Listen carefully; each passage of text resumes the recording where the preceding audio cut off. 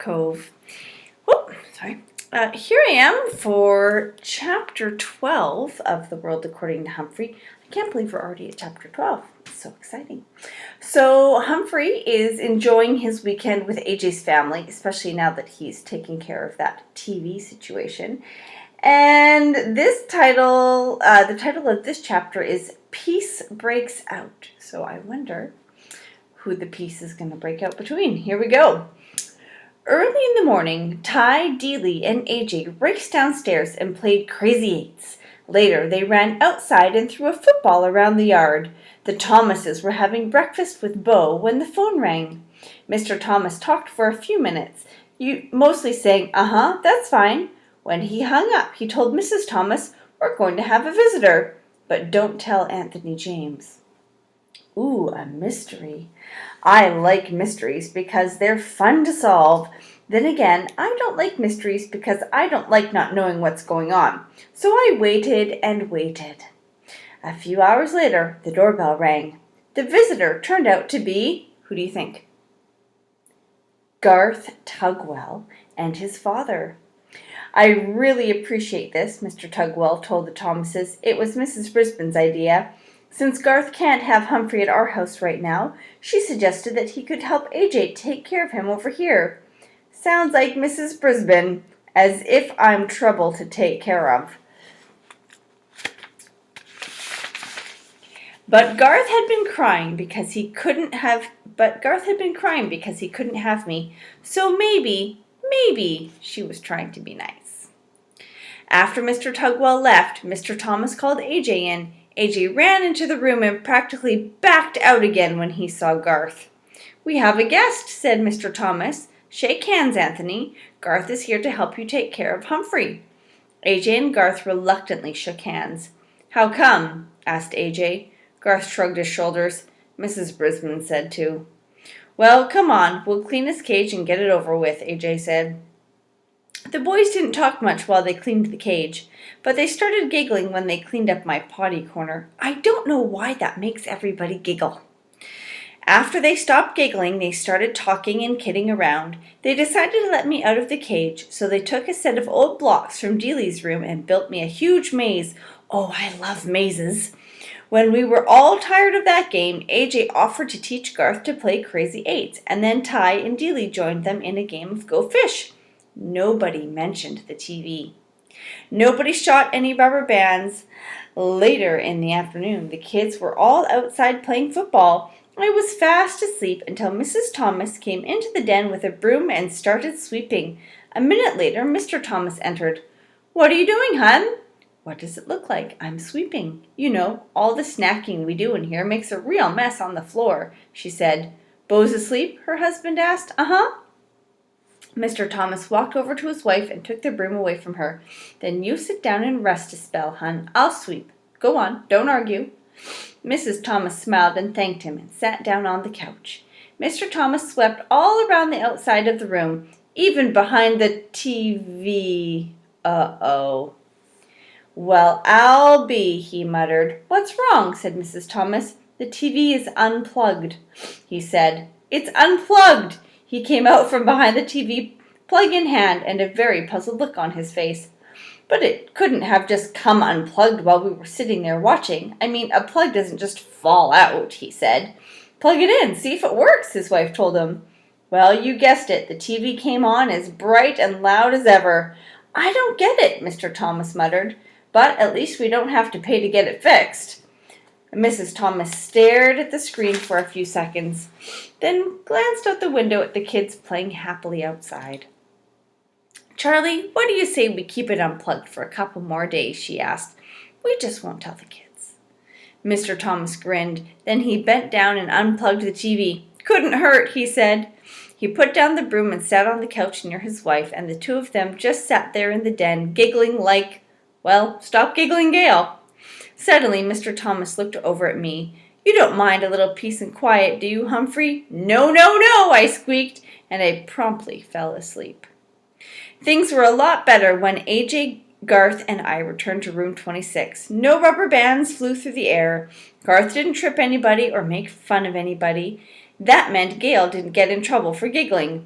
Heidi didn't get in trouble for speaking out without raising her hand, and because she wasn't trying to tell Mrs. Brisbane what Garth had done. But the best change was Saya, who did raise her hand every single day.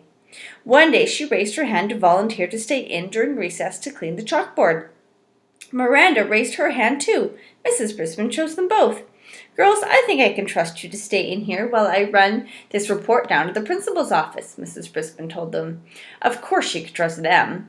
Once the girls were alone, they began to talk. I really liked your singing, Miranda told Saya. Thanks. My mom and I are going to a musical version of Cinderella over at the college this weekend, Miranda continued. We have an extra ticket. Would you like to come with us? My mom will pick you up. Saya quickly turned to face Miranda. Oh, yes.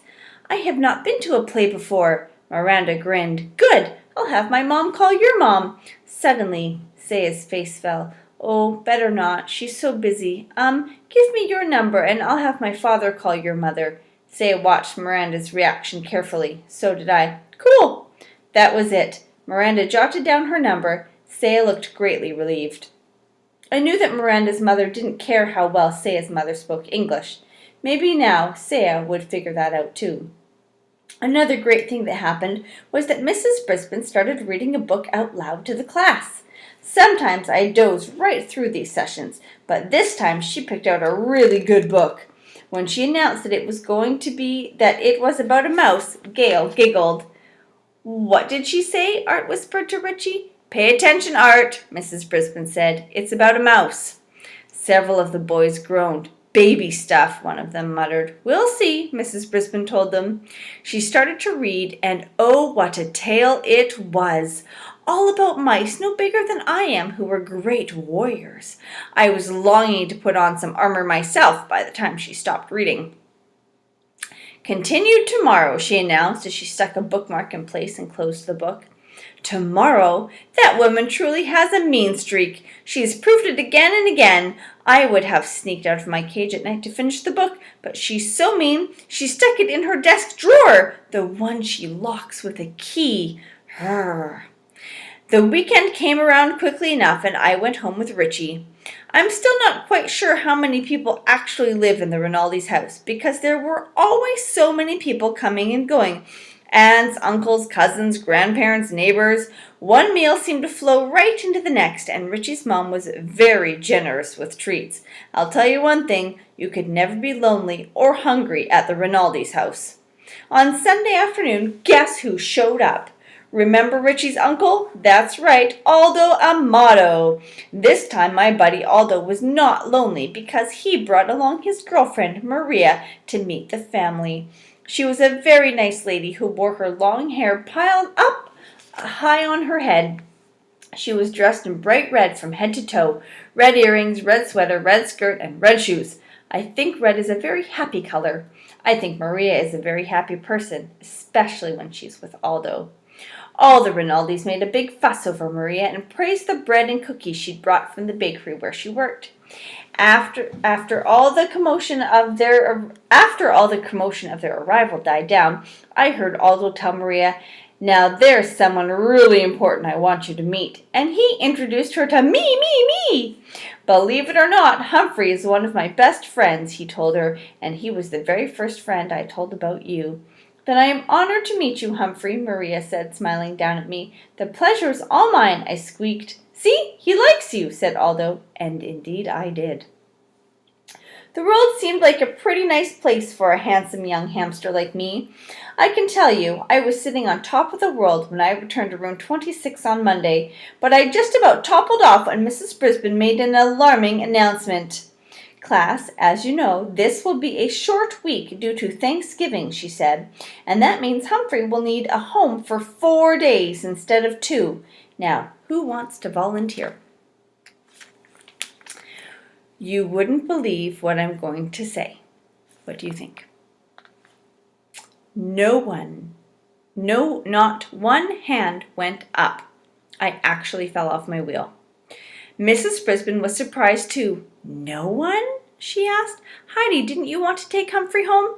"Oh, yes, but we're going to my grandma's house for Thanksgiving," she explained. Art, didn't you ask for Humphrey last week? Mrs. Brisbane asked. Yes, but we're having all my relatives for Thanksgiving, and Mom says it wouldn't be a good time, Art explained. And so it went.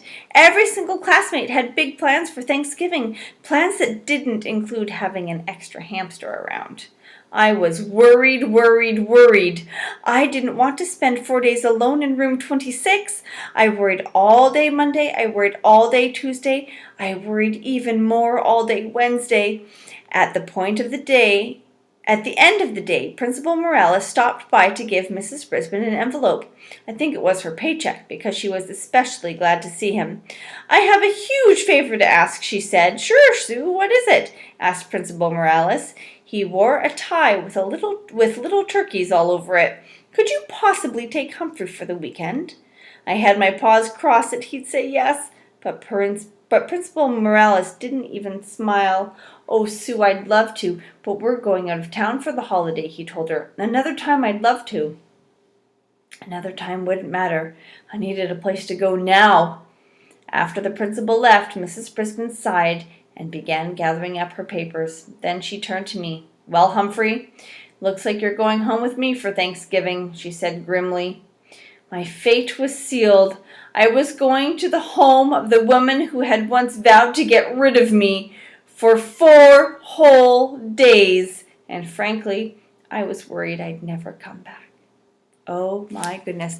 What is going to happen that weekend with Mrs. Brisbane? Tip 12. If you must leave your hamster with a caretaker, make sure that it is someone you know and trust. Do you think we can trust Mrs. Brisbane with Humphrey? Oh gosh, I guess we'll find out. All right, Deep Cove, well, we will see you next time. Have a great night.